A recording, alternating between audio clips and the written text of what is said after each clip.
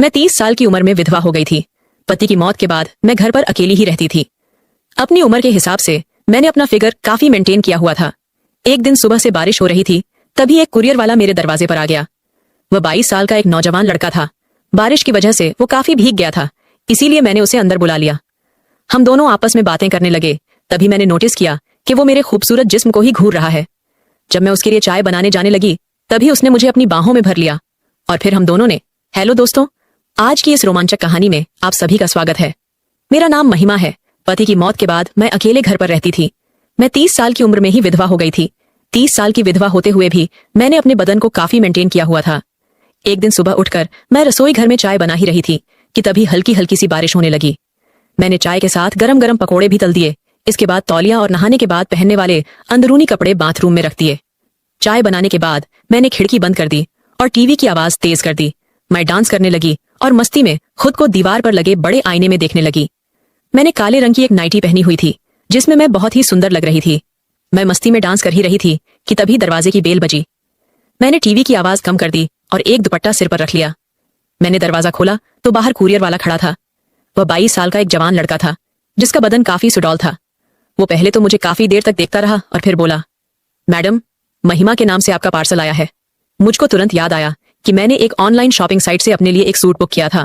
मैं बोली, हाँ, मेरा ही नाम ही महिमा है। लड़के ने मेरा कुरियर मुझे थमा दिया और साइन करने के लिए मुझे पेन दिया। पेन देते समय उसके हाथ मेरी उंगलियों को छू गए थे। मैंने एक नजर उसकी ओर देखा और दस्तखत कर दिए। मैंने उसे 1500 रुपए दिए तो लड़के ने 200 रुपए वापस कर दिए और बोला, 200 का डिस्काउंट चल रहा है। मैंने उस लड़के को बड़े ही ध्यान से देखा, जिसने आज के बेईमानी के जमाने में भी ईमानदारी से सच कहा और 200 रुपए वापस कर दिए। थोड़ी देर बाद वह लड़का बोला, मैडम, थोड़ा पानी मिलेगा? मैंने पूरा दरवाजा खोला और बोली, तुम तो काफी भीग गए हो, अंदर आ जाओ। वो अंदर आ गया। मैंने अपना सूट अलमारी में रखा और रसोई घर में पानी लेने चली गई। अब मैंने अपनी छाती से दुपट्टे को अलग कर दिया था। कुछ देर बाद मैंने लड़के को पानी दिया। पानी देते समय जैसे ही मैं थोड़ा झुकी, लड़के की नजर मेरे उभार पर जा टकराई और उसकी आंखें बड़ी बड़ी हो गईं। पानी पीते पीते वह लड़का नजर बचाकर मेरे उभारों को देख रहा था कि अचानक उसने छींक दिया।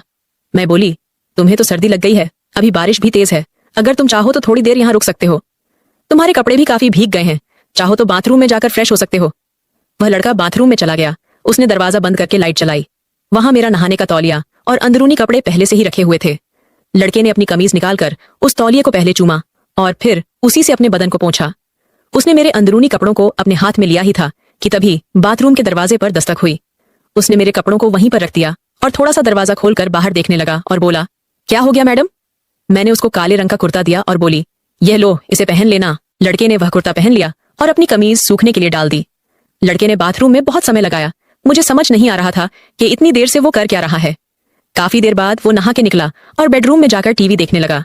मैं रसोई घर से चाय और पकौड़े ले आई और उससे पूछने लगी, तुम्हारा नाम क्या है? वो लड़का बोला, मैडम, मेरा नाम आर्यन है। मैं 1 साल से कुरियर डिलीवरी का काम कर रहा हूँ, पर पहली बार आप जितनी नेक औरत मिली है जिसने मेरे साथ इतना अच्छा व्यवहार किया है। फिर वो बोला, आप यहाँ अकेली रहती हैं या आपके साथ कोई और भी रहता है? मैंने कहा, मैं अकेली ही रहती हूँ। कुछ सालों पहले मेरे पति की मौत हो गई थी।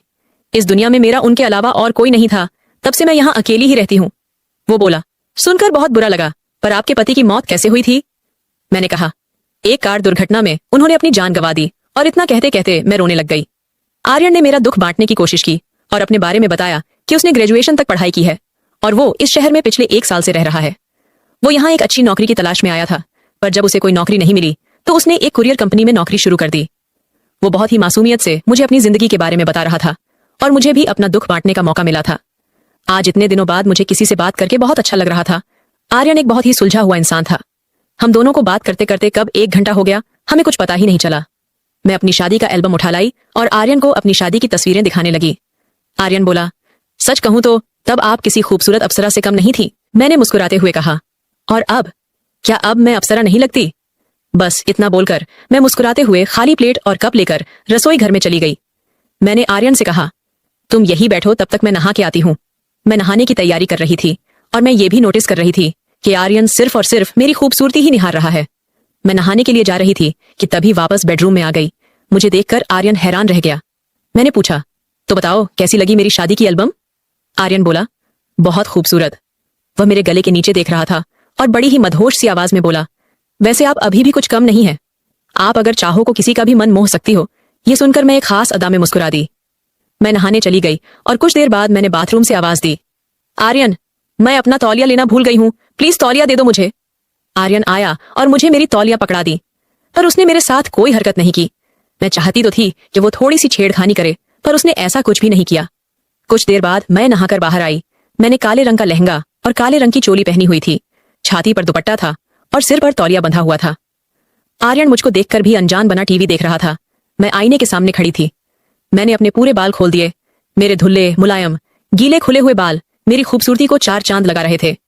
आर्यन के मन में आया कि वह चुपके से उठकर मेरी कमर पकड़कर उसे पूरी तरह दबा दे।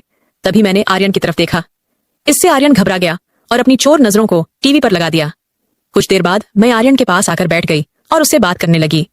बीच बीच में आर्यन का हाथ मेरे हाथ को छू भी जाता था, पर मैंने बुरा नहीं माना। पर इससे आर्यन की हिम्मत बढ़ रही थी और अब वह जानबूझकर मेरे हाथ को छूने लगा।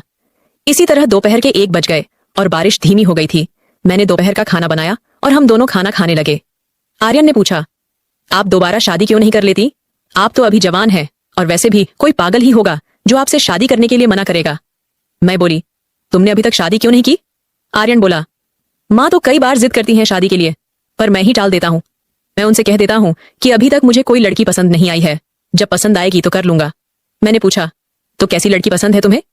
वो बोला, वही जो आपकी तरह समझदार हो, घरेलू काम जानती हो, जो मुझे रोज गरम गरम चाय और बिल्कुल आप जैसे पकौड़े बनाकर खिला सके। मैं उसका भाव समझते हुए बोली, पर आर्यन, मैं तो तुमसे 8 साल बड़ी हूँ और विधवा भी हूँ। आर्यन बोला, तो क्या हुआ? आपके पति की मौत एक हादसे में हुई थी, पर इसका मतलब ये तो नहीं कि आप जिंदगी भर अकेली रहो। आपको भी खुश रहने का हक है और मैं आपको खुश रखूंगा। मैं अपनी चिंता जाहिर करते हुए पूछा, पर क्या तुम्हारे माता पिता मानेंगे? तुम एक जवान लड़के हो, अगर तुम एक विधवा से शादी करोगे तो हो सकता है कि तुम्हारे माता पिता तुमसे बात करना बंद कर दें। आर्यन मुझे समझाते हुए बोला, अरे शादी मुझे करनी है या मेरे मम्मी पापा को? तुमने वह कहावत नहीं सुनी कि जब मियाँ बीवी राजी तो क्या करेगा काजी? शाम के 4 बज चुके थे, तभी आर्यन के फोन पर एक कॉल आया। उसकी मम्मी ने फोन किया था। वह बात करने के लिए रसोई घर में चला गया। मैं दीवार से कान लगाए आर्यन की सारी बातें सुन रही थी। आर्यन ने भांप लिया था कि मैं पास में ही हूँ। तभी आर्यन बोला, नहीं मम्मी, अब आपको कोई लड़की देखने की जरूरत नहीं है। मुझे यहाँ एक लड़की पसंद है और मैं उसी से शादी करूंगा। ये सुनकर मैं शर्मा गई और नजरें बचाकर आर्यन को देखने लगी। इसके बाद आर्यन ने फोन काट दिया और मैं पीछे से आकर उससे लिपट गई। आर्यन ने मुझे अपनी बाहों में भर लिया और तभी बारिश दोबारा शुरू हो गई। मैंने आर्यन को रोका। मैं बोली, अगर बुरा ना मानो तो आज यही रुक जाओ। आर्यन का भी मन कर रहा था मेरे साथ पूरी रात रुकने का। मैंने कहा, मैं रसोई घर में सो जाती हूँ, तुम यहीं बेडरूम में सो जाओ। वो बोला, अरे ऐसे कैसे, ये घर तुम्हारा है, तुम बेडरूम में सो जाओ। मैं किचन में सो जाऊंगा और वैसे भी मुझे ज्यादा आराम की आदत नहीं है। मैंने कहा, हाँ अभी ये घर तुम्हारा नहीं है, पर शादी के बाद तो तुम्हारा भी हो जाएगा। ये सुनकर आर्यन ने मुझे गले से लगा लिया और मेरे गालों पर एक जोरदार किस जड़ दिया। उसने मेरे शरीर से दुपट्टा अलग कर दिया। मैं भी आर्यन से पूरी तरह लिपट गई। वह मुझको चूमने लगा और फिर हम एक दूसरे में समा गए। मैंने अपना सब कुछ आर्यन को समर्पित कर दिया था, क्योंकि हम दोनों एक दूसरे के साथ पूरा जीवन निभाने वाले थे। कमेंट करके जरूर बताइएगा कि आपको ये कहानी कैसी लगी। अगर आपको ये कहानी पसंद आई हो तो इसे लाइक करें और अपने दोस्तों के साथ भी शेयर करें। आगे भी ऐसी रोमांचक कहानियों के लिए हमारे चैनल को सब्सक्राइब करें और बेल आइकन दबाना ना भूलें।